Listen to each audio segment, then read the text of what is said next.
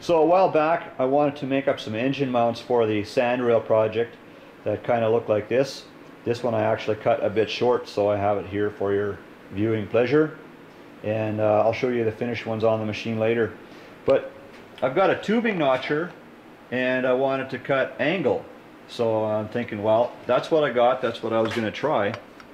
So this is what I ended up doing. I managed to get it in there, and as you guys can see, it's made for cutting round tube, you know, not this angle, because you know you can't properly retain this in there.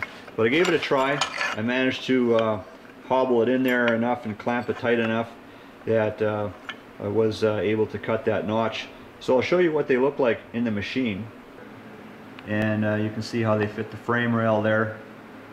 It took a bit of work to get that to fit nice, but it kind of worked out. So this is the engine mount that's removed here from this side. You can see how that fits in there. So I made those engine mounts removable because they're kind of in the way for getting that engine in and out of the machine. So here's the back side. You get a look at how that fits.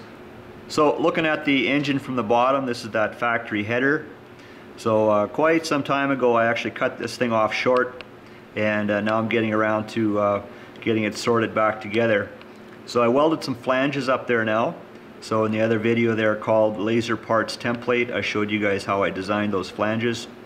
And so I want to get going on the exhaust here in a few videos down the road here or so. And also been working on engine mounts. So right in here you can see the engine mount for the right side of the cylinder. So they are on aluminum spacers, and I do that so that when I disassemble it, the engine has room to maneuver its way out of the engine bay.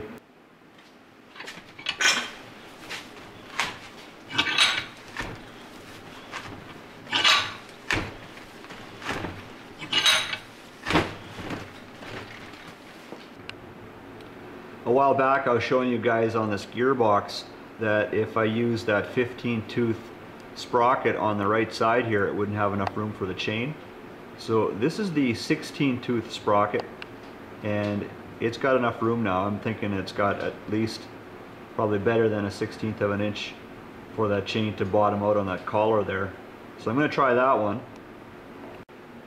Here you can kind of see about how that transmission would sit in the frame, sitting on blocks there. So it was kind of a project I had planned for this weekend.